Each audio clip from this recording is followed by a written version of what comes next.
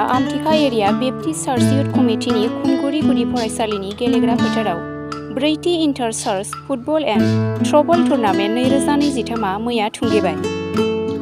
चिरां जिल्ला आमटेका area Baptist चार्चआ ओनसोलनि लाइमोनफोरखौ गेलेनाय बिथिङाव जौगाहोनो लकडाउन समनिफ्रायनो बे खेलाखौ होबोनानै बे बोसोरावबो खुंगुरि गुदि फरायसालिनि गेलेग्रा फोथाराव ब्रैथि खेबनि फुटबल एन्ड थ्र'बल टुर्नामेन्ट बानजायनाया मैया थुंगेबाय।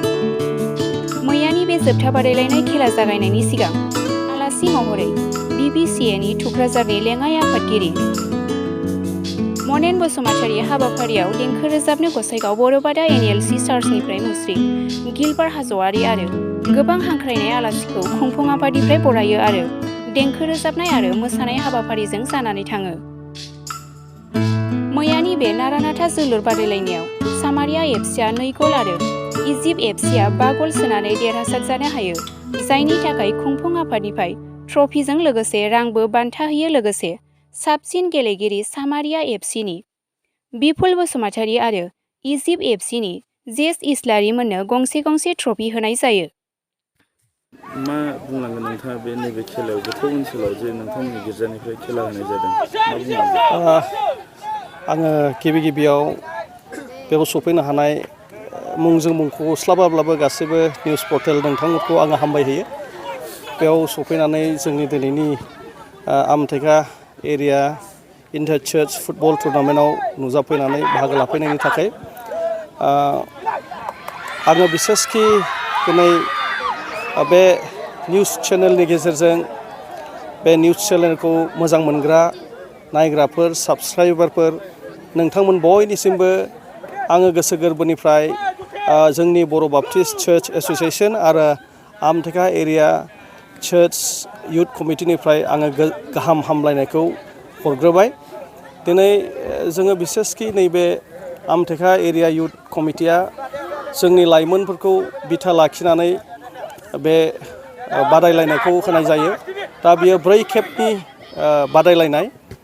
बिसेसखि दिनै जोंनि बर' समाजाव गोबां लाइमोनफ्रा जानाय लोंनायफोरजों बा ड्राग्सफोरजों दिनै गावबा गावनि जिबनखौ नस्थ' खालामनानै लाबाय। दा बेखौ नोजोर बोनानै जोंनि बे एरियानि लाइमोनफ्रा जाहाथे एसे थुलुंगानाय होनो हायो आरो बेफोरनिफ्राय जोंनि लाइमोनफ्रा गोजानाव थानो हायो आरो गाव गावनि देहाफोरखौ गाहामै लाखिनो हायो, डिसिप्लिनै लाखिनो हायो। आरो गेलेनायनि गेजेरजों जोंहा मोनसे उद्देश्य दङ। बेजोंनो जोंखौ जाय सोरजिग्रा इसोर, बे इसोरखौबो जोङो हामबाय होनो गोसो जादों। जिहेतु बे इसोरा जोंनो मोजां देहाफोर होनानै जोंखौ सोरजिबाय, जोंनो मोजां महर होनानै सोरजिबाय। दिनै जोङो बे जानाय लोंनायफोरखौ नेवसिगारनानै जाहाथे बे इसोरनि होनाय देहा सोलेरफोरखौ जोङो गाहामै लाखिनो हायो, बेफोरनो जोंनि उद्देश्य। आरो दिनै आङो बे मिडियानि गेजेरजों बेखौबो बुंहरनो सानो, दिनै गोबां जोंनि फैबाय थानाय लाइमोनफ्रा हाबा जानायनि सिगां जे दिनै बिबिसारियाव थांनायफोरखौ जोङो नुनो मोन्दों। दिनै गावखौनो गावनि देहाफोरखौनो दिनै नस्थ' खालामना लानायखौ जोङो नुनो मोन्दों।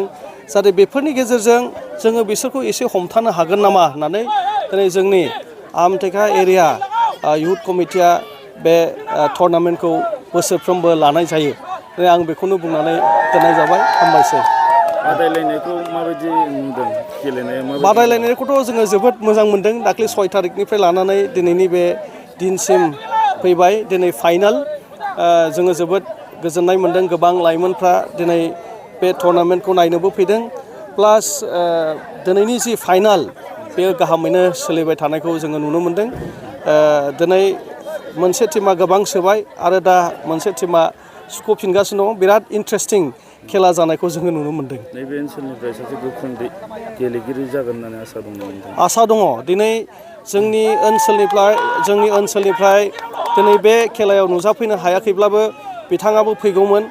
माखासे गावसिनि क्लाबनि बेस्थ'थायाव बिथाङा फैनो हायाखिसै। जोंनि युथनि जि एरियायाव जोंहा जे मोनसे टिम दङ, बे टिमनि सासे गोख्रों गेलेगिरि दङमोन।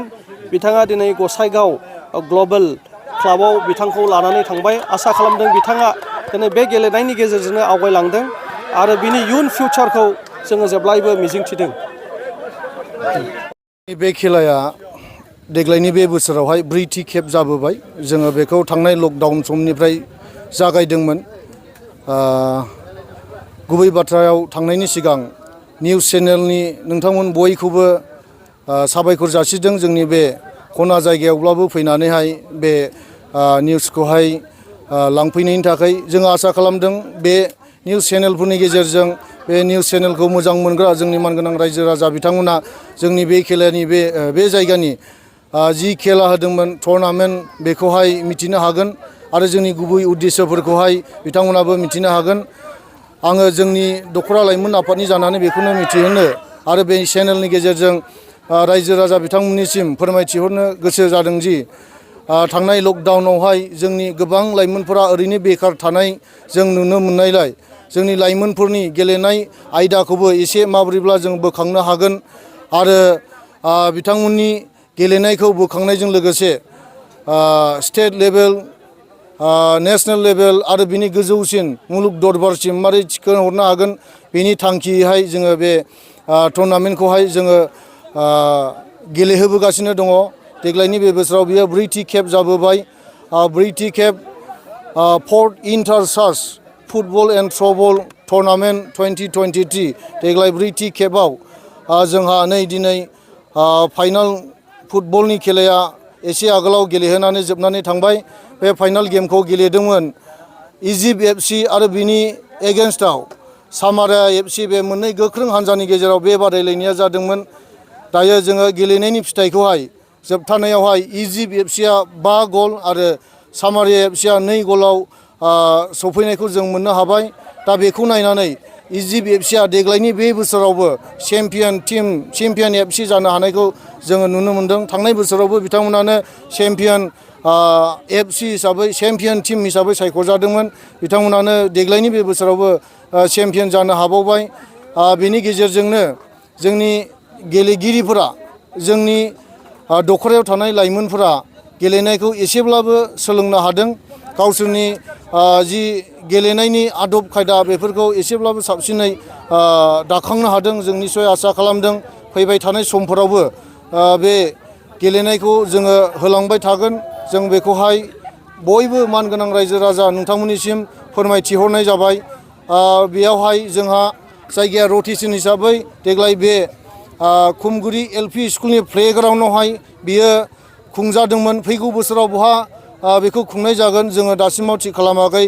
जोङो एसे उनफोराव थारिखखौ थिग खालामनायनि सिगां जों जायगाफोरखौ थिग खालामगोन आरो बै समफोरावबो जोंनि मानगोनां रायजो राजा बिथांमोना जोंनि बे खेलाखौहाय नायफैनानै जोंखौ मदद खालामगोन जों बेखौ मिजिंथिदों। जोंनि खेलाया सानथामनि हाबाफारिजों जादोंमोन। मैयानि दिनावहाय थ्र'बलनि फाइनाल खेलाखौहाय जों गेलेहोनानै बिथांमोननि देरहासारनायनि बान्थाखौबो जों राननानै होदोंमोन। थ्र'बल टीमावहाय फाइनाल गेमखौ गेलेदोंमोन नाजारेथ थारमाने नाजारेथ थ्र'बल टीम आरो बिसोरनि एगेन्स्टआवहाय खालबारि थ्र'बल टीम। मोननैनि गेजेराव गोख्रों बादायलायनाया जादोंमोन आरो बादायलायनायनि फिथाइ महरैहाय नाजारेथ थ्र'बल टीमा चेम्पियन जानो हादोंमोन। बेखौबो फोसावनाय जाबाय। जोंनि ओनसोलाव थानाय जोंनि दख'रायाव थानाय हिन्जावसा गथ'फोराबो गावसोरनि गेलेनायखौ माबोरैहाय एसे जौगालांहोनो हागोन, गेलेनायजों लोगोसे देहाखौ माबोरै राफोद खालामनो हागोन, गोदाव सोराव ओरैनो समखौ हगारस्लायस्लाय बे गेलेनाय आयदायावबो जेन एसे जौगालांनो हायो बेखौ नोजोर बोनानै हिन्जावसाफोरनि थाखायबो थ्र'बल टीमखौहाय जोङो गेलेहोनाय जायो। फैगौ बोसोरफ्रावबो फुटबल आरो थ्र'बल मोननैबो खेलाया जागोन, मोननैखौबो गेलेहोनाय जागोन। बेखौ आरोबाव फोसावबावनाय जाबाय। दा जोबथानायाव आं बेखौनो बुंनानै फोजोबनो हास्थायबाय जे जोंनि बे गेलेहोनायजों एसेब्लाबो जोंनि लाइमोनफोरा गेलेनाय आदब खायदाखौ साबसिन खालामनो हादों, गाव गावनि स्किलखौ एसे बारायनो हादों।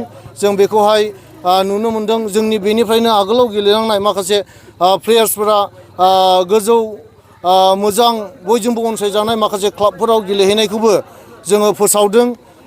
थिग बेबायदिनो दायो जायफोरा गेलेगासिनो दङ आरो फैबाय थानाय समफोराव गेलेबावगोन बिथांमोनाबो बेबायदिनो गावसोरनि केरियारखौ बारायलांनो हागोन जों बेखौ मिजिंथिदों। मानोना आथिखालावहाय गेलेनाय आयदाखौबो गासैबो रायजोफोरा गासैबो हादरफोरा गोबां बेसेन होनायखौ जों नुनो मोन्दों। गेलेनायनि गेजेरजों गावनि थांनानै थानायनि केरियारखौबो लाइफ स्टाइलखौबो जोबोद मोजाङै दाखांनो हादों। बेखौनो नोजोर होनानै जोंनि लाइमोनफोराबो जेन बेबायदि आवगायलांनो हायो जों बेखौ मिजिंथिदों।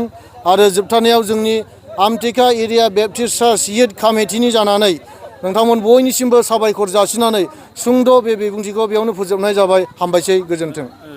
दिनैनि बादायलायनायाव देरहानाय आरो रानार्स आपनो मा मा बान्था होनाय जादों? दिनैनि बे फाइनाल बादायलायनायाव फुटबलनि फाइनाल गेलेहोनायाव देरहानाय आरो जेननायनि बान्थाया देरहानाया चेम्पियन टीम जानो हाबाय बिथांमोननो गंसे गिदिर ट्रफिजों लोगोसे माखासे केश फैसा बिथांमोननो बान्थाखौ हरनाय जाबाय। आरो जाय टीमा रानार्स आप जाफैनो हाबाय बिथांमोननोबो ट्रफिजों लोगोसे एसे एमाउन्टनि केशखौ बिथांमोननो हरफानाय जाबाय। दा बिथांमोना प्राइज हिसाबै बेखौहाय मोननो हाबाय। गोबां नाजानायनि गेजेरजों बिथांमोना बेबायदि फरजासिम सफैनो हाबाय। इयुननि बोसोरफोराव देग्लायहाय रानार्स आप जादोंब्लाबो बिथांमोना नाजानायनि गेजेरजों चेम्पियन जाहैनो हागोन। गुबुन आगोलाव थाबोनाय टीमफोराबो बेबायदिनो नाजानायनि गेजेरजोंहाय चेम्पियन जाहैनो हागोन बेखौ जों मिजिंथिदों।